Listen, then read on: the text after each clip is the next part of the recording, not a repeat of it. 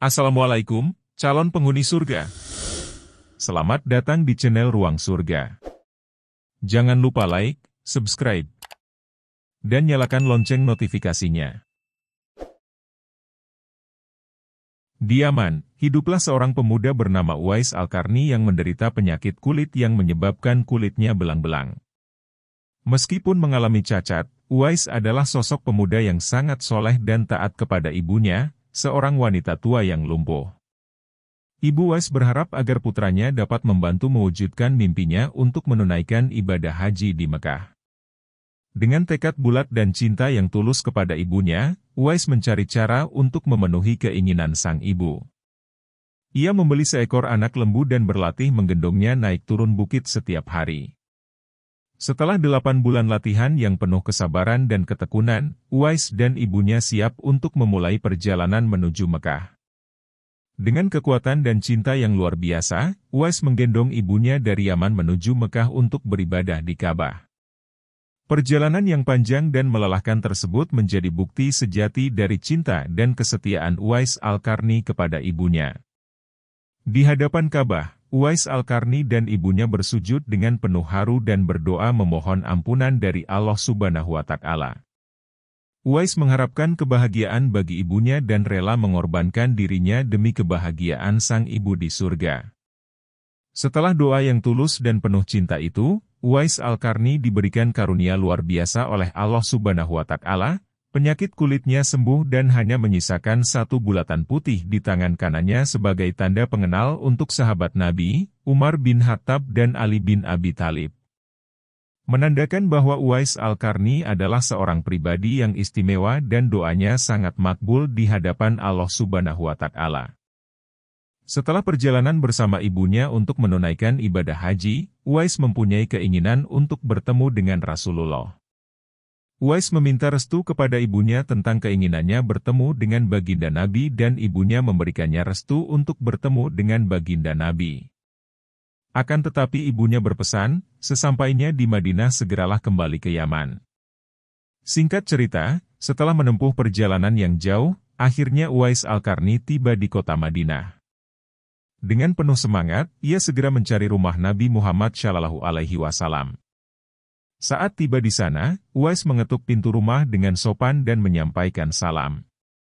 Seorang wanita keluar dari rumah itu dan membalas salamnya. Uwais pun bertanya tentang keberadaan Nabi, dan Uwais hanya mendapatkan kabar bahwa Nabi sedang berada di medan pertempuran. Uwais Al-Qarni merasa kecewa karena kesempatan bertemu langsung dengan Nabi terasa menyusut. Meskipun hatinya berkecamuk ingin menunggu Nabi pulang, pesan ibunya yang sudah tua dan sakit-sakitan untuk segera pulang ke Yaman mengalahkan keinginannya. Dengan perasaan sedih dan terharu, Uwais Al-Qarni memberi salam kepada Aisyah, istri Nabi, dan meninggalkan pesan untuk Nabi sebelum berangkat kembali ke Yaman. Setelah perang usai, Nabi pulang ke Madinah dan menanyakan tentang orang yang mencarinya. Aisyah menceritakan tentang Uwais Al-Qarni dan keinginannya untuk bertemu dengan Nabi, tetapi telah kembali karena tugasnya untuk merawat ibunya yang sakit. Kemudian, Nabi mengungkapkan bahwa Uwais Al-Qarni adalah penghuni langit dan memberikan ciri khas untuk mengenalinya, yaitu tanda putih di tengah telapak tangannya. Suatu hari, Uwais Al-Qarni datang bersama rombongan kafilah dari Yaman. Khalifah Umar dan Ali bin Abi Thalib mendatangi kemahnya dan menemui Uwais.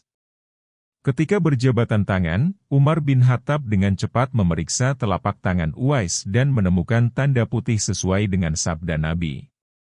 Umar dan Ali memohon agar Uwais membacakan doa dan istighfar untuk mereka, tetapi Uwais menolak dan malah meminta mereka untuk berdoa untuk dirinya. Setelah didesak oleh Umar dan Ali, akhirnya Uwais mengangkat kedua tangannya untuk mendoakan mereka berdua. Setelah beberapa tahun berlalu, Uwais Al-Qarni berpulang ke rahmatullah. Saat jenazahnya akan dimandikan, tiba-tiba banyak orang yang berebut ingin melakukannya. Begitu juga ketika dibawa untuk dikafani, sudah ada orang-orang yang menunggu untuk membantunya. Bahkan ketika proses pemakaman dimulai, banyak orang yang ingin mengantarkannya ke kuburan. Kematian Uwais Al-Qarni menggemparkan masyarakat di kota Yaman. Banyak hal yang mengherankan terjadi. Meskipun Uwais adalah seorang fakir yang tidak dianggap oleh orang banyak, banyak orang tak dikenal berdatangan untuk mengurus jenazah dan pemakamannya. Keanehan-keanehan ini menimbulkan tanya-tanya di kalangan penduduk. Siapakah sebenarnya Uwais Al-Qarni? Bagaimana mungkin ia, seorang fakir sederhana yang bekerja sebagai penggembala domba dan unta, bisa menyedot perhatian orang banyak dan bahkan orang asing yang datang dengan jumlah yang luar biasa?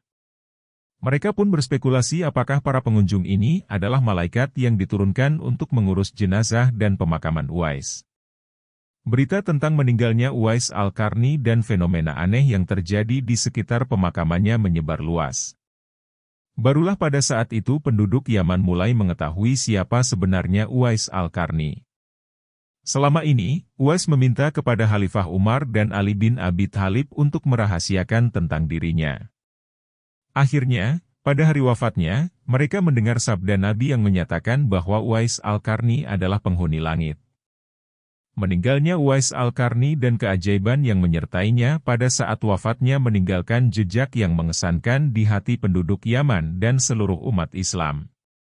Dengan kesalehan, kesederhanaan, dan keikhlasan yang luar biasa, Uwais Al-Qarni tetap menjadi teladan bagi banyak orang, mengajarkan tentang pentingnya mengabdi kepada orang tua, mencari ridha Allah Subhanahu wa Ta'ala, dan selalu merendahkan diri tanpa mengharapkan pengakuan dari manusia.